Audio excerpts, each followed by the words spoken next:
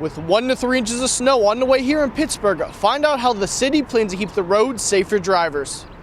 With the sun coming out this weekend, it'll give people a chance to come downtown and enjoy some weekend activities. But some people have had to change their travel plans because of construction going on to a different kind of road. A snowstorm is supposed to start working its way up the East Coast tonight, so tune in to find out how much snow will be coming to our region. Two of the most loyal fan bases in all of sports come to Pittsburgh this weekend in the Notre Dame Fighting Irish and the Oakland Raiders.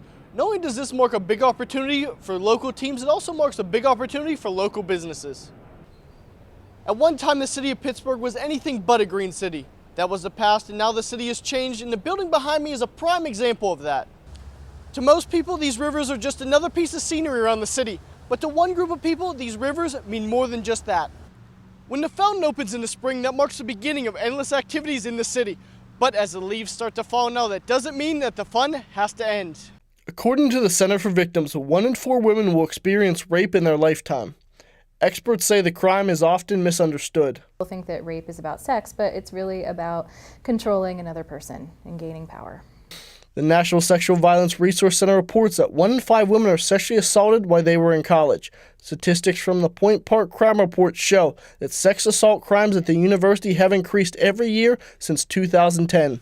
I think it happens a lot on college campuses because of there's access. Experts say 90% of sexual assault victims know their attacker. So often perpetrators of sexual violence, they have to get close to a victim and earn their trust. And on a college campus, I think that there are more opportunities to have that happen. 5% of sexual assaults that take place on college campuses ever get reported. That they'll be blamed, or because so many victims know the perpetrator, they don't want to get them in trouble, because there's oftentimes a relationship there, so they feel like no one's going to believe me if I report this, or they're going to question what I was doing instead of what he was doing. So there's a sense of no one believing them. In 2013, President Obama signed into law the SAVE Act, which stands for Sexual Violence Elimination Act.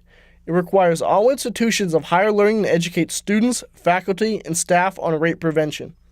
So universities are getting better at providing students with that information and access to resources. On April 24th, the Center for Victims will be holding an event at Market Square from 11 a.m. to 2 p.m. to get the word out about Sexual Assault Awareness Month. I'm Kyle Anthony reporting for Point News. According to CDC, cigarette smoking is at an all-time low, but while that rate has gone down, other smoking trends have increased. According to the Campaign for Tobacco-Free Kids, cigar smoking has increased 124% from the year 2000 to 2012. No, I don't really consider it to be quite as dangerous. You're not inhaling the smoke, so you're losing some of the chemicals that it has, so it's just... So I don't think it's quite as dangerous, but would that make me do it more? No, because I still think it's not safe. People view cigar smoking as less harmful, mostly because they do not inhale the smoke and they do not smoke them as often. But according to the American Cancer Society, cigar smokers are actually at a greater risk to get cancer of the throat. I think everybody knows the risk. I mean, everybody does. Can't believe that they don't. People are also trying new methods, such as hookah smoking, but according to the CDC, smoking hookah for an hour is like taking 200 puffs of a cigarette. Yeah, I mean, it's not the same, and you don't really even know what's in those things.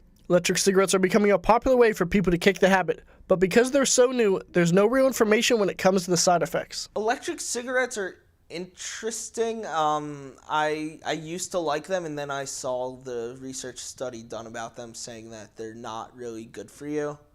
And then I kind of refrained from using them. According to the CDC, there are 480,000 deaths each year in the United States because of cigarette smoking. I'm Kyle Anthony reporting for Point News.